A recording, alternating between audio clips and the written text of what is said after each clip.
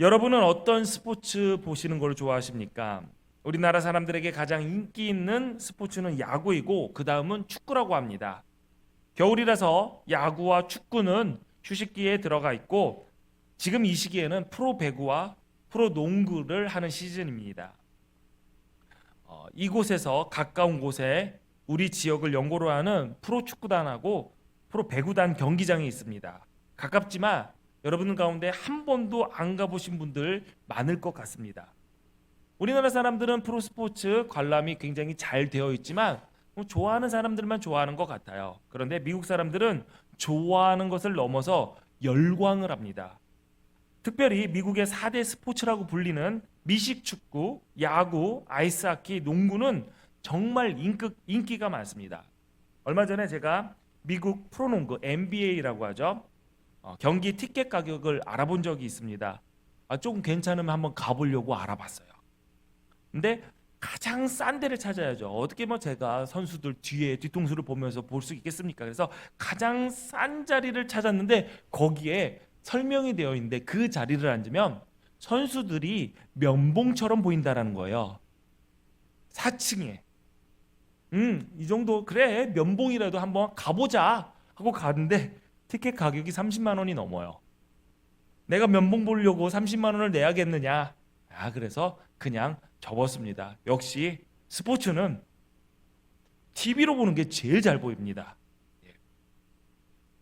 그런데도 이 비싼 티켓 값이 있는데도 매 경기마다 경기장이 꽉꽉 들어찹니다. 프로 경기는 물론이고 대학 경기, 고교 경기도 인기가 있어서 심지어는 TV 중계까지 합니다. 2015년 미국 고교 농구 대회에서 아로요 밸리 여고와 블루밍턴 고교의 경기가 있었습니다. 전반전이 끝났는데 점수가 104대 1이었고요. 후반이 끝나고 나서 경기가 끝났습니다. 161대 2였습니다. 경기에 패한 블루밍턴은 끝날 때까지 사실 한 골을 제대로 넣지도 못했습니다. 두 점을 얻었는데 그거는 전반전에 자유투를 얻었는데 그 두 번 던지는 거에서 한 번을 집어넣고요. 후반전도 똑같이 두 번 중에 한 번을 넣어서 경기에 2점을 얻었던 것이죠. 그런데 승리한 아로요밸리 감독에게 두 경기 출전 정지의 징계가 내려졌습니다. 지나치게 많은 점수 차로 이긴 것은 스포츠 정신에 위배된다라는 이유였습니다. 이와 비슷한 일이 2009년에도 있었습니다. 미국의 이야기고요. 100대 0으로 이겼어요. 여고 농구 감독이 학교로부터 해고 통보를 받았습니다. 잘린 거죠. 100대 0으로 이겨서. 0점으로 패한 팀은 집중력 부족이나 난독증 등으로 장애가 있는 학생들을 가르치는 특수학교였습니다. 특수학교 소속의 여자 고교 농구부였어요. 승리한 팀의 교장 선생님은 대국민 사과문까지 발표했습니다. 그 교장 선생님은 너무나 부끄럽고 당황스럽습니다. 우리는 기독교적이지 못했고 경기에 임하는 마음가짐도 진지하지 못했습니다. 라고 사과를 했습니다.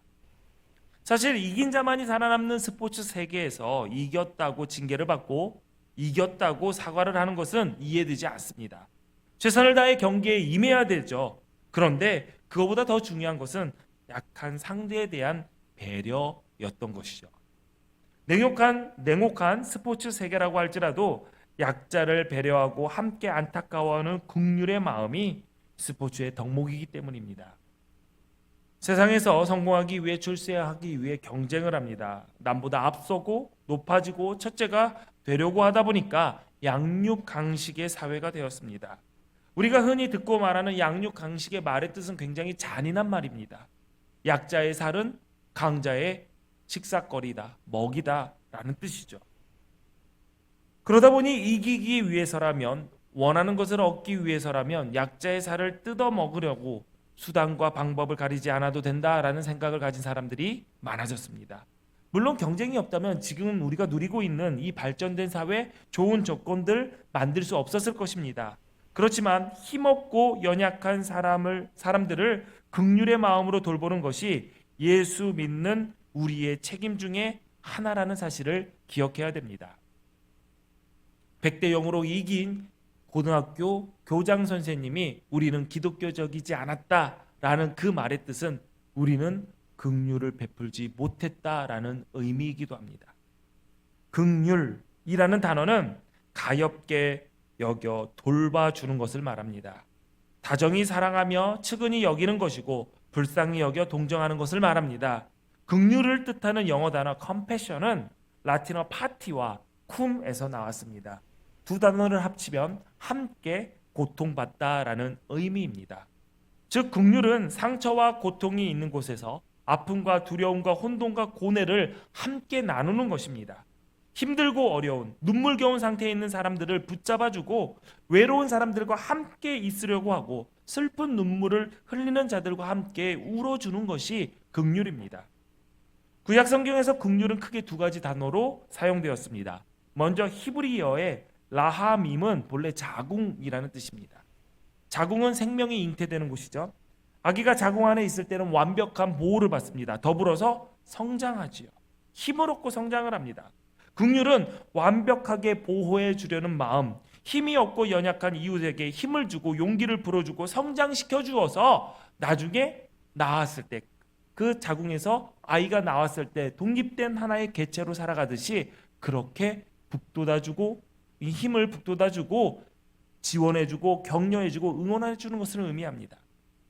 라함임 말고 헤세드라는 것도 있습니다. 헤세드, 많이 들어본 단어 중에 하나겠죠. 이 말은 택한 백성과 맺은 언약에 기초한 하나님의 사랑을 나타낼 때, 그 자비를 나타낼 때 사용되는 단어가 헤세드입니다.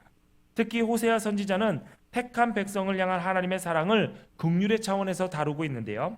택한 백성 이스라엘이 하나님과의 언약을 저버리고 파기했지만 그럼에도 불구하고 하나님은 그 언약을 지키시면서 택한 백성이 돌아오기를 바라는 마음, 그 마음을 긍휼로 번역을 했습니다. 긍휼은 하나님의 대표적인 성품 중에 하나입니다. 신명기 30장 3절에 보니까 내 하나님 여호와께서 마음을 돌이키시고 너를 긍휼히 여기사 포로에서 돌아오게 하시되 라고 했고, 느헤미야도 하나님께 기도할 때 하늘의 하나님 여호와 크고 두려우신 하나님이여 주를 사랑하고 주의 계명을 지키는 자에게 언약을 지키시며 긍휼을 베푸시는 주여 간구하나이다 라고 했습니다. 시편에도 하나님의 긍휼하심을 찬양하고 긍휼을 구하는 기도가 자주 나옵니다. 시편 59편 17절을 보니까 나의 힘이시여 내가 주께 찬송하오리니 하나님은 나의 요새시며 나를 긍휼히 여기시는 하나님이다 라고 했습니다. 또 86편 15절에 보니까 주여 주는 긍휼히 여기시며 은혜를 베푸시며 노하기를 더디하시며 인자와 진실이 풍성하신 하나님이라고 찬양했습니다. 신약에서도 에베소서 2장 4절에 보면 긍휼이 풍성하신 하나님이라고 했고, 빌립보서 2장 27절을 보니까 하나님이 그를 긍휼히 여기셨고 그뿐만 아니라 또 나를 긍휼히 여겼다라고 했습니다. 이처럼 긍휼은 언약에 기초한 하나님의 변함없는 사랑을 나타내며 하나님의 은혜로운 성품을 드러내는 표현입니다. 신약 성경에도 하나님의 긍휼이 표현되어 있습니다. 만달란트를 빚진 종을 불쌍히 여긴 왕, 방탕한 생활을 하고 돌아온 둘째 아들을 측은히 여기며 달려가 목을 안고 입을 맞춘 아버지, 강도를 만난 자를 불쌍히 여겨 살려낸 사마리아인. 신약 성경의 많은 내용에서도 하나님의 긍휼에 대해서 이야기하고 있습니다. 무엇보다도 하나님의 긍휼하심을 가장 극적으로 드러낸 사건은 죄인을 구원하시기 위해서 예수님을 인간의 몸으로 이 땅에 보내신 것, 성육신입니다.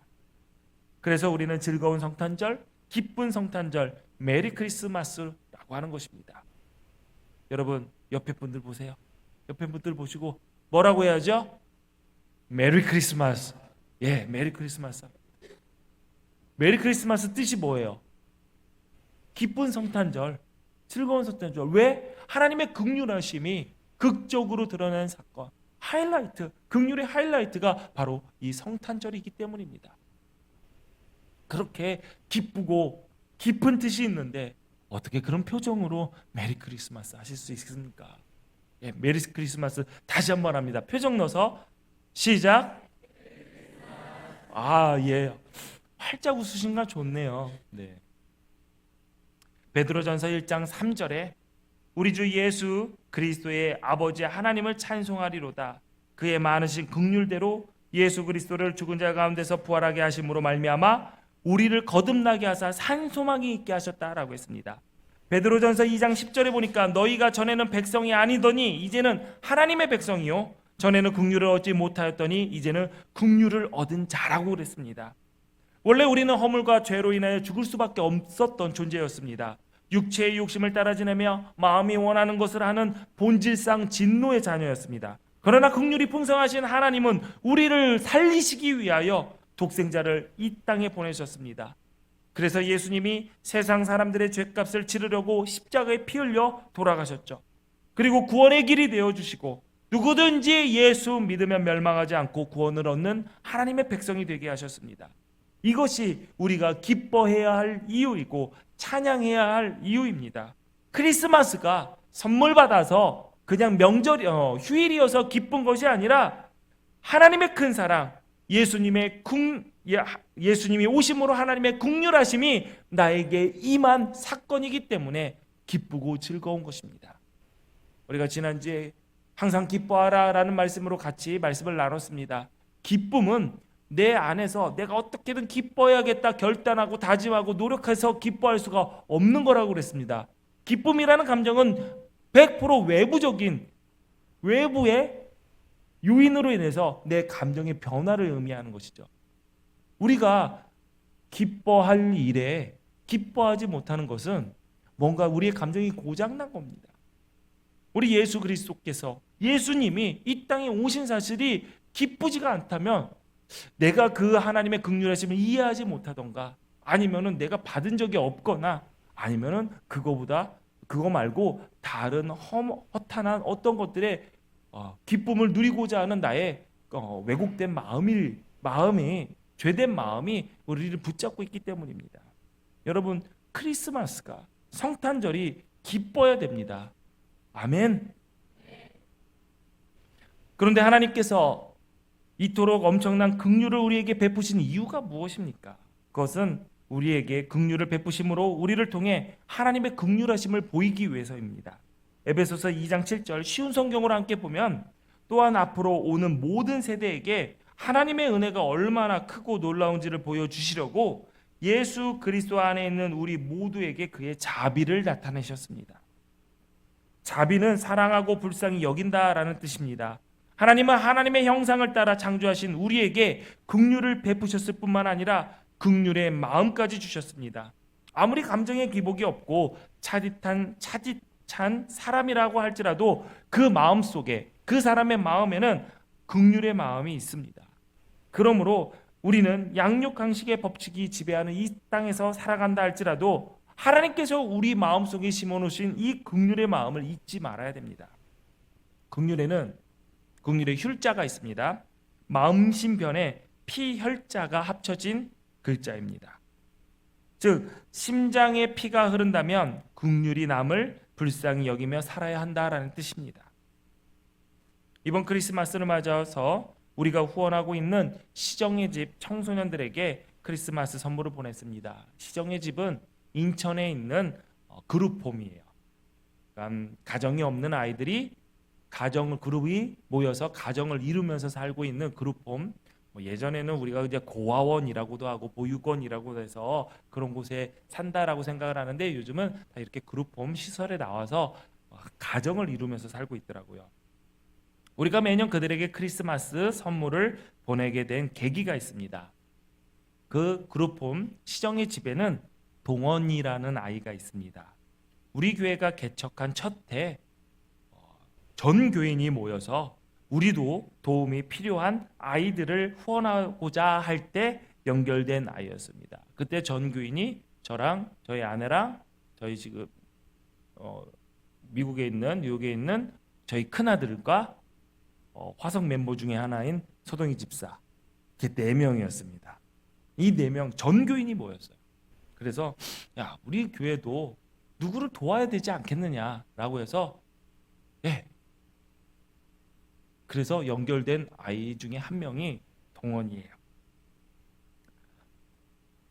이 아이가 인천 인하대 후문에 있는 해성보육원의 아이였다가 취학을 하면서 시정의 집이라는 곳을 가게 되었습니다. 이게 그룹홈이죠. 그래서 그룹홈 그 원장님 전화번호를 알아서 우리가 동원이 후원하는 교회인데 동원이에게 선물을 보내고 싶다라고 전화를 했어요. 그랬더니 별로 기뻐하지 않는 거예요, 원장님이. 왜 그러실까 했더니 개인적인 선물을 받기가 어렵다라는 거예요. 왜 그러냐 하면 그룹홈에 그 당시에 동원이를 포함해서 6명의 또래들이 있었는데 해성보육원처럼 큰 기관에 있었다가 온 동원이 같은 아이는 기존의 자원봉사자들과 연결이 되었었다라는 거예요. 그러니까 자원봉사를 하러 해성보육원을 가는데 동원이가 없네? 어디 갔지? 그룹홈으로 옮겼대요. 그러니까 연결이 되어 있던 그룹홈의 자원봉사자들이 선물을 사갖고 그곳에 가서 동원이만 주고 데리고 와서 동원이만 떡볶이 사주고 그랬던 것 같아요. 그러니까 나머지 아이들이 작은 기관에 와서 자원봉사자와 교류가 없었다는 아이들도 있었겠지요. 말은 안 해도 많이 서운했던 모양입니다. 그래서 부탁을 하는데 원장님이 저에게 부탁을 하는데 작은 색연필 세트라던가 조그마한 필통 6개를 똑같이 보내주시면 안 되겠습니까? 그래서 그냥 동원이에게 하고자 했던 선물 6명에게 똑같이 보내겠다라고 했습니다. 그때 우리 교회 교인은 31명이 모였을 때입니다. 그 31명 중에 기는 아이들, 기저귀 차는 아이들까지 포함이었습니다. 제 생각에는 그런 생각이 들었습니다. 그룹홈 말 그대로 어디 가서 놀림받을 수 있으니까 신발이라도 가장 좋은 곳으로 신겨 보내야겠다 해서 나이키에서 가장 비싼 거, 아디다스에서 가장 비싼 거, 뉴발란스에서 가장 비싼 신상을 모았습니다. 6개를 모아서 보냈습니다.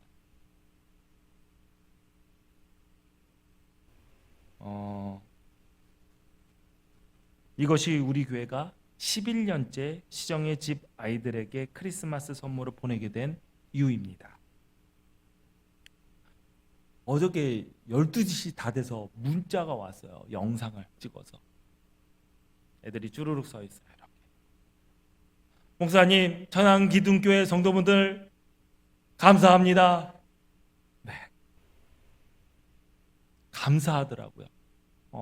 성탄절 예배 때 영상을 정리해서 보여드리려고 합니다. 공부를 잘한데 요번에 이제 고3이 된대요. 그 아기가 고3이 됐어요. 고3이 됐는데 공부를 잘한대요. 서울의 상위권 대학을 노리고 있대요. 그러니까 그런 말을 들었을 때 통화를 하면서 그런 얘기를 들을 때 이 아이가 엄마 아빠를 만났으면은 더 훌륭한 아이가 될 테고 되었을 텐데 아쉬움은 있습니다. 그런데 이 동원이가 그런 얘기를 하더라고요. 내가 이 시설에 나오면 정말 혼자인데 내가 혼자일 때 누군가가 나를 도울 사람이 아무도 없을 때 내가 나와 내 가족을 지키려면 나는 열심히 공부해야 된다. 그거 어렸을 때부터 그렇게 생각난 소리를 하더라고요. 철들었죠. 어렸을 때부터. 그래서 영상을 보면 똘똘해 보이고요. 똘똘해 보이고 잘 컸어요. 그냥 사진만 봐도 그냥 우리의 면류관 같, 우리 공동체의 면류관 같더라고요. 여러분, 이번에 저의 생일 선물을 현금으로 축하해 주시고 선물을 주신 분들 너무나도 감사합니다. 그것으로 우리의 후원 아동들에게 따뜻함을 전해줬습니다. 그리고 모잠비크의 김광희 선교사님 가정에게 또 따뜻한 성탄 선물을 보내서 이번에 성탄절에 가족들이 사모님과 같이 가족들 따뜻하게 성탄절 보내는 것에 쓰십시오라고 했더니 모잠비크가 지금 거의 반 난리래요. 그래서 그 연락을 하는데 저희 오늘 가정이 옆 나라로 피난 갑니다. 그럴 정도로 그렇게 하면서 보내주신 그 자금을 가지고 안전한 여행에 사용하도록 하겠습니다 했습니다. 여러분 기도해 주세요. 모잠비크 김강희 선교사님 가정의 안전을 위해서, 그리고 그 모잠비크라는 나라의 안정을, 우리나라도 지금 엉망이지만 하나님께서 다스리시는 나라 되게 해달라고 위해서 함께 기도해 주시기를 부탁을 드리겠습니다. 우리의 이러한 나눔 주님이 분명히 기뻐하실 것입니다. 물론 우리 교회가 온 세상의 어려운 사람들, 다 기관들 도울 수 없어요. 다 도울 수 없습니다. 그러나 우리가 할 수 있는 범위 내에서 최선을 다할 뿐입니다. 우리 기둥교회가 개척한 첫 해 후원 아동을 선정을 하고 후원을 했던 그때 우리 기둥교회 첫 주일 한 주일 헌금은 7만 원이었습니다. 7만 원이요. 7만 원 굉장히 큰 돈인가요? 네.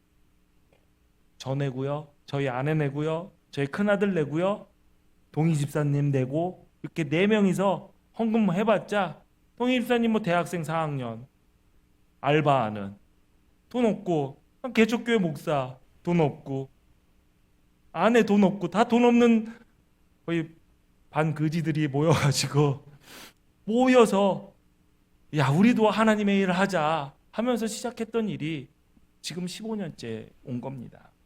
여러분, 내가 할 수 있어, 내가 좀 여유로워야지 할 수 있다? 아니에요. 이미 우리는 여유롭습니다. 하나님께서 그 마음도 주셨어요. 그리고 우리가 할 수 있는 범위 내에서 최선을 다하면 됩니다. 구약 성경을 보면 농사를 짓고 수확 후에 일부를 남겨둬야만 했습니다. 가난한 사람들, 농사를 지을 수 없어서 먹을 것이 없는 사람들을 위한 조치였죠. 우리가 땀 흘려 일하여 얻은 수확의 일부를 돕는 일에 사용해야 됩니다. 그래야 하나님께서 기뻐하시고 이 땅에 우리에게 긍휼하심을 베푸셔서 하나님의 긍휼하심을 보이고자 하셨던 그 하나님의 뜻을 우리가 이루게 되는 것입니다.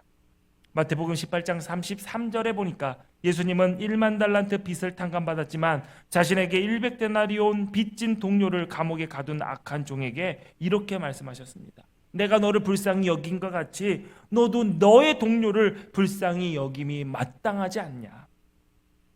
예수님은 언제나 긍휼의 마음으로 사역하셨습니다.